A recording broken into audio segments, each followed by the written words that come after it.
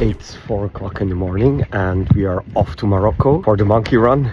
This will be a wild ride. In May, I did the monkey run with a very good friend of mine, Dominik, and we went to Morocco to drive through the desert of Morocco on monkey bikes. Monkey bikes are like super small mini bikes, 50 cc's, and we flew to Marrakesh first and we checked out the city, and then we started to go to the Atlas mountain with a bus and drove all the way to Merzouga in the desert. We arrived in Merzouga. There were our mini bikes, and you can see them here. They're like super small and they're not fast at all. So we got our first night prepared in the desert, and the next day we had to prepare our bikes because there was no space to put your bags on. So everybody was preparing their bikes, and then it started. So we had a little after party, or we had a little party before we left, and then it was off on the roads. I took a lot of videos with my Meta glasses, and after 1 hour what happened is I had a flat tire. And the thing was, these people were so incredibly nice.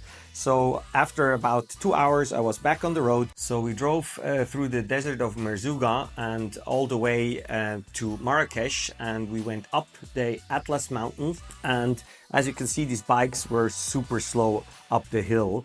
But it was beautiful up there on the Atlas mountain, and sometimes we found a really beautiful riad where we just stayed and relaxed a little bit. We also met two very nice Americans, so we drove together with them, and apparently Morocco was very famous for the movie industry, so Gladiator was filmed there, and also parts of Game of Thrones. The tricky part was always going with the bikes and finding, places to stay and to sleep, but it was once in a lifetime experience. So here we are, like at the end of the trip. We arrived very close to Marrakesh after 8 days of driving, and yeah, it was one of the best experiences I had in my life. It was so much fun, met a lot of new friends, and tried yourself monkey run through Marrakesh.